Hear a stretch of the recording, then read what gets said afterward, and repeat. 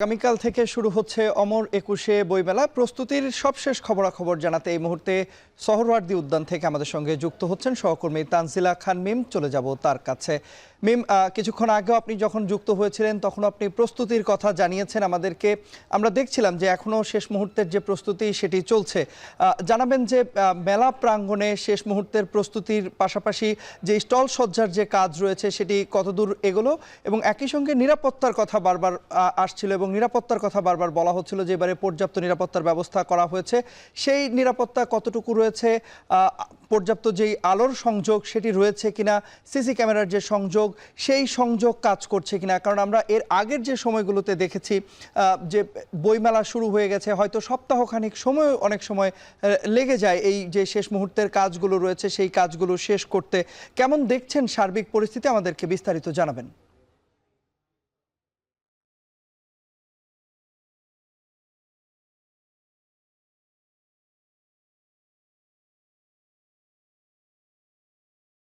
আমরা সহকর্মী তানজিলা খান মিমের সঙ্গে যোগাযোগ স্থাপনের চেষ্টা করছি। নিশ্চয়ই আমরা কিছুক্ষণের মধ্যে সহকর্মী তানজিলা খান মিমের সঙ্গে যোগাযোগ করতে পারবো। আমাদের সঙ্গে যুক্ত আছেন সহকর্মী তানজিলা খান মিম। মিম, যেটি বলছিলাম যে প্রস্তুতি একেবারে শেষ মুহূর্তে রয়েছে।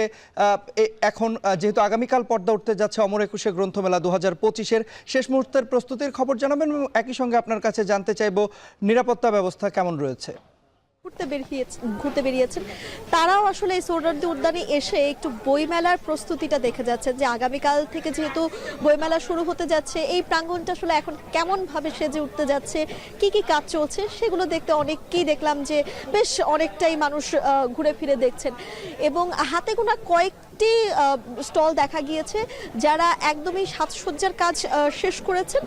এখন আসলে বই গুছগাছে যে প্রস্তুতিগুলো সেগুলো তারা ছাড়ছেন। তবে বেশিরভাগ স্টল, যেহেতু এবার অনেক বড় পরিসরে মেলা হচ্ছে বাংলা একাডেমির প্রেক্ষাপটে, সেই জায়গা থেকে কিন্তু মানে বেশিরভাগ স্টলগুলোই এখনো পর্যন্ত সাজিয়ে গোছানো কিংবা স্টলের যে কাঠামো সেটি এখনো পর্যন্ত পূর্ণাঙ্গ রূপে দাঁড় করানো যায়নি আমরা দেখতে পাচ্ছি। তবে এক রাতের মধ্যে আসলে সেটি কতটা সম্ভব হবে সেটা একটা চ্যালেঞ্জের বিষয়। আমরা গত কয়েক বছর ধরেই কিন্তু একটা অভিযোগ শুনেছি যে মেলার শুরুর দিনও দেখা যায় যে বই মেলায় এসে আসলে স্টলের কাজ করতে দেখেন পাঠকরা, এবং মেলার স্টলের কাজ শেষ হতে হতে সপ্তাহখানেক সময় চলে যায়। তো সেই জায়গা থেকে এবছর কি আসলে সেই অভিযোগগুলো পাওয়া যাবে কিনা সেটা বেশ কঠিন একটা ব্যাপার হয়ে দাঁড়িয়েছে, কারণ এবছরও মনে হচ্ছে পাঠকরা একই প্রশ্নই বা একই অভিযোগই করবে, কারণ বইমেলার কাজের যে অগ্রগতি সেই অগ্রগতি কিন্তু তাই বলছে।